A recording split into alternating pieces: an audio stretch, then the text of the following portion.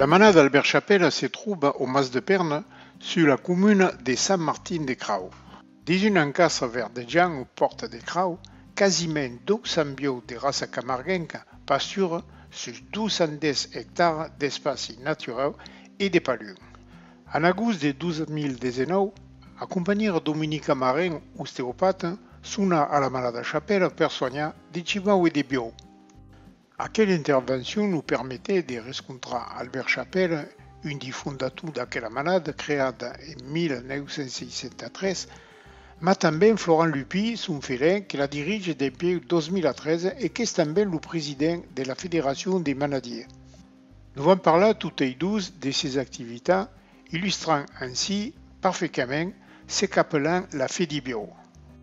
En force fierté et esmogu d'Albert Chapelle, nous allons présenter les nombreux trophées acquis pendant sa carrière longue. Aquella importante collection de souvenirs révèle une passion sans faille consacrée donc à la cause de la bovine. J'ai 85 ans, j'ai commencé à 17-18 ans, je faisais la voltige. Au milieu de la piste, j'ai été applaudi par 10 000 personnes. J'ai été capitaine du temps de Pierre Sorel. Il y a 60 ans de ça.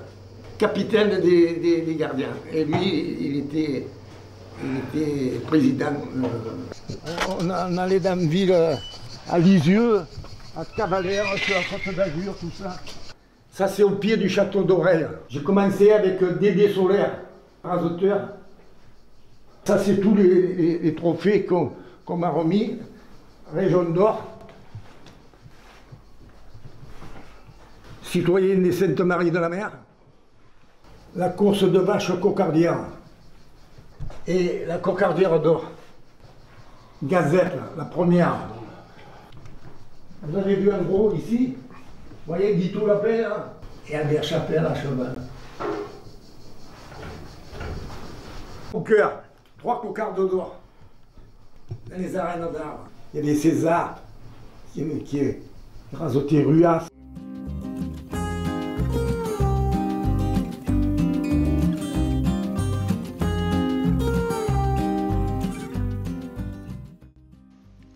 La relève est donc assurée par Florent Lupi.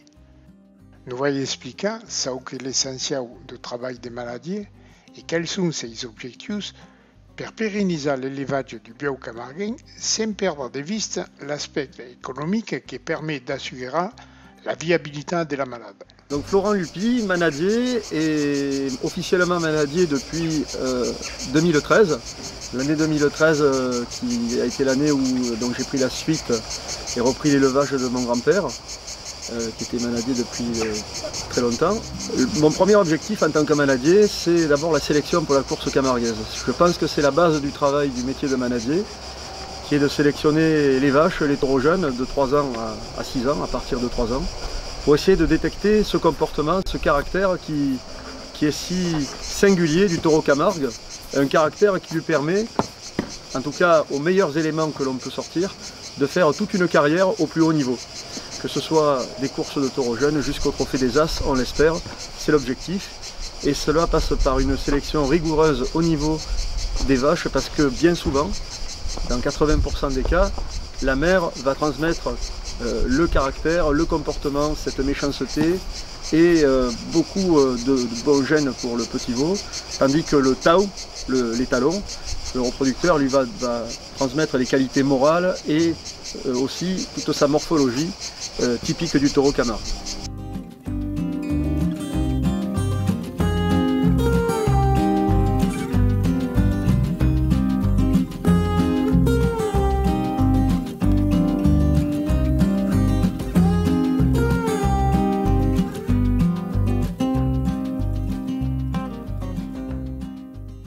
La partie culturelle camarguaise avec les courses et les abrivades, c'est la racine de notre travail. Mais pour faire, je dirais, fructifier et faire prospérer les racines de ce travail culturel, eh bien, il faut aussi avoir une approche économique viable Et cela passe aussi par le partage de notre travail, avec l'accueil de tous les publics sur notre restaurant qui est ouvert toute l'année, et où aussi on pratique, juste à proximité du restaurant, des démonstrations de travail au sein des taureaux à cheval, démonstration de tri, la visite de la manade qui est commentée par mes soins. Dans nos arènes aussi, la course camarguaise qui est présentée avec les jeunes raseteurs et nos jeunes taureaux ou vaches, les jeux de gardiens, un moment festif aussi de partage, et tous ces moments-là qui permettent de transmettre tous les ingrédients et l'ADN qui forment ce qu'on appelle chez nous la bouvine. Ma faut pas d'oublier que l'équilibre financier de la manade dépend també de la venda en AOP de la carne de bio qui ne capite pas en course. Au niveau identification, vous mettez les médailles à 7 jours aussi?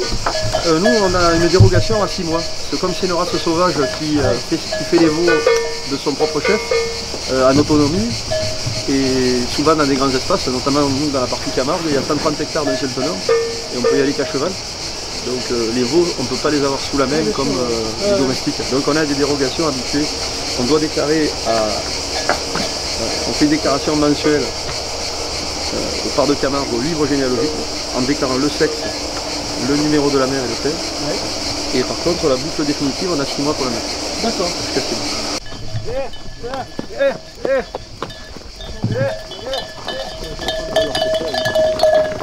Alors, effectivement, aujourd'hui, on a pu observer aussi qu'il y avait beaucoup d'égards, beaucoup de soins qui sont apportés à l'attention de nos taureaux de race Camargue. Parce que le taureau est roi en Camargue, roi dans l'arène face au raseteur, et ce taureau va se donner, va essayer de poursuivre le raseteur par toutes les façons, c'est-à-dire parfois en sautant et en se projetant contre les barrières, et les taureaux parfois peuvent se démettre une vertèbre, se faire mal sous ces efforts-là, et de ce fait, depuis 2008 à la manade, nous avons fait la connaissance de Dominique Marin, monsieur Dominique Marin, ostéopathe spécialisé, qui va vraiment nous soulager et nous réparer les taureaux, et ça a été vérifié chez nous, notamment sur un cocardier qui a fait carrière à la manade qui s'appelait Prince, qui est aujourd'hui un taureau retraité. Et bien Prince donc, a pu, après un accident en 2008, où il s'est fait mal en sautant derrière le raseteur, il a pu être manipulé à 3 reprises dans le temps, bien sûr, de façon espacée par Dominique Marin, et le taureau a continué sa carrière jusqu'à l'âge de 13 ans, notamment en faisant de grandes courses au Trophée des As, un taureau qui a gagné le Tau d'Or, qui a gagné aussi la finale du Trophée des Raseteurs en 2011, donc c'était un très bon taureau.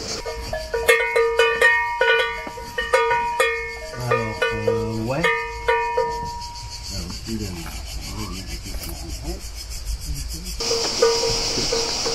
Voilà. C'est ça qui le bloque sur l'avant aussi du coup. Ah, écoute là. Elle est cassée. Il se l'est cassé. Il se l'est cassé. Elle est enfoncée. Elle est enfoncée. J'ai vu que comme on le voit de dessus, Ouais, il y a encore des petits craquements là. Alors ça, pas touché. C'est sûr que là, il y a un effet inflammatoire de cette zone là, qui fait que le système digestif il n'est pas joyeux. Mais c'est relativement récent ça. Je pense qu'ils sentent le bienfait que ça peut apporter. Ils voient la démarche. D'ailleurs, si je peux les attraper par les cornes, c'est pas le cas quand tu mets les cocardes, hein. C'est plus compliqué quoi.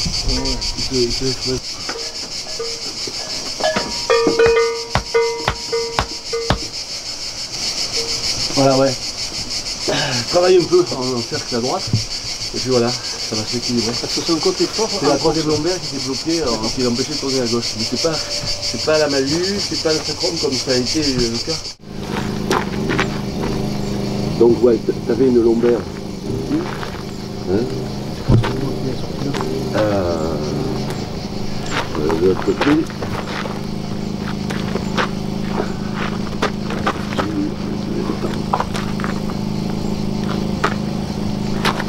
Voilà.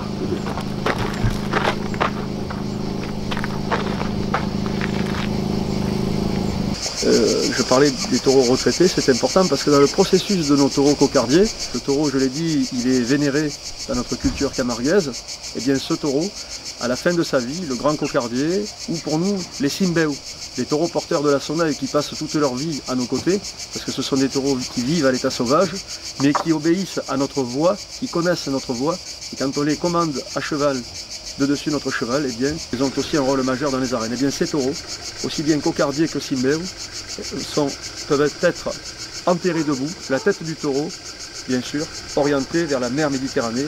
Donc on fait un trou, une sépulture à la taille du taureau, et le taureau est déposé debout.